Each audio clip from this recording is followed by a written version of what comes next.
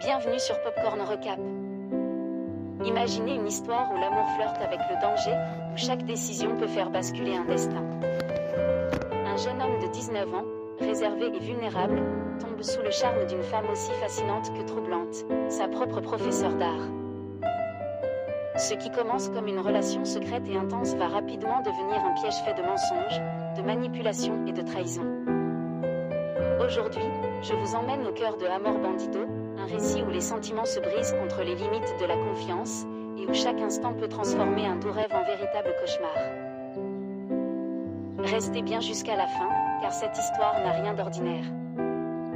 L'histoire s'ouvre sur Johan, un garçon de 19 ans, sensible, discret et encore sous le toit familial. Chez lui, la chaleur a disparu depuis longtemps. Son père, surnommé le juge moral, dirige la maison d'une main de fer, tandis que sa mère Elena, noyée dans l'alcool, s'est détachée du monde. Aucun sourire, aucun geste tendre. Johan survit en silence, seul avec son violon, et un profond manque qui ne cesse de grandir. Un soir, alors qu'il termine un projet artistique pour le lycée, il s'endort à son bureau. Le lendemain, l'ambiance glaciale du petit déjeuner lui rappelle encore une fois qu'il n'a sa place nulle part. Il part en cours sans attendre un mot de ses parents. En classe d'art, Luciana, sa professeure, son projet et rit doucement. Johan, blessé, croit être la cible d'une moquerie. Humilié, il quitte la salle. Plus tard à la bibliothèque, elle le retrouve et cherche à comprendre sa réaction. C'est à ce moment-là qu'il lui avoue quelque chose. C'est son dernier jour dans cet établissement. Puis un détail renversant apparaît. Johan et Luciana vivent une relation secrète depuis quelque temps. Un amour fragile, interdit, mais pourtant sincère pour le jeune homme. Avant de partir, Luciana lui donne une adresse et lui demande de la rejoindre le soir. Johan s'y rend, entièrement dévoué à elle. Là, elle lui annonce qu'elle quitte l'école et doit partir vivre à l'étranger. Selon elle, leur histoire devrait prendre fin. Mais Johan refuse. Il ne veut pas la laisser partir. Touchée, Luciana accepte qu'il l'accompagne dans une vieille maison familiale isolée au fond de la forêt. Ils prennent la route ensemble. Pour Johan, c'est un rêve éveillé. Mais une fois arrivé, quelque chose cloche. L'endroit, trop silencieux, semble cacher quelque chose.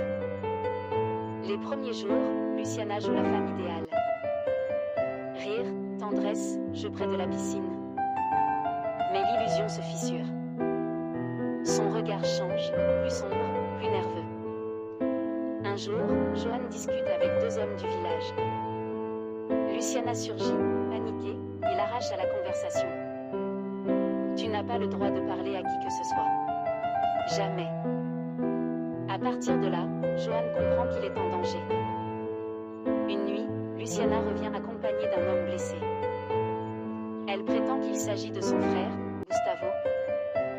Mais elle avait juré n'avoir aucune famille. Un mensonge, puis un autre. La vérité éclate brutalement. Luciana et Gustavo ont kidnappé Johan.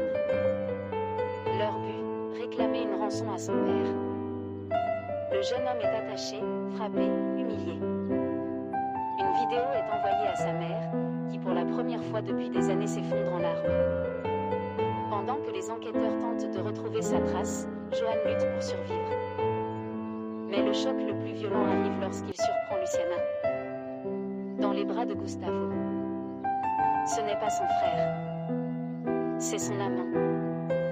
Trahi, brisé, Johan refuse pourtant d'abandonner. Lors d'une tentative de fuite, Gustavo le rattrape. Une lutte terrible éclate. Poussé par l'instinct de survie, Johan réussit à le neutraliser et le tue. Non par vengeance, mais pour sauver sa vie. Armée, Luciana pourrait l'empêcher de s'échapper. Mais elle ne tire pas. Johan s'enfuit en voiture. Plus tard, sur une route isolée, Luciana ne pense qu'à une chose, partir avec l'argent de la rançon. Alors Johan lui pose un choix clair. Si tu tiens vraiment à moi, laisse cet argent. Elle Elle hésite, puis choisit l'argent. Il la dépose sur le bord de la route. Elle disparaît, serrant les billets contre elle. Johan, lui, rentre chez lui. Vivant, mais à jamais marqué. Et il ne dira jamais rien à la police. L'histoire se referme comme elle a commencé. Dans le silence. Et vous, pensez-vous que Johan aurait dû dénoncer Luciana, ou tourner la page comme il l'a fait? Merci d'avoir suivi ce récit jusqu'au bout. Si cette histoire vous a plu, n'oubliez pas de vous abonner, d'aimer la vidéo et de revenir pour un POP Corn Recap encore plus sensationnel.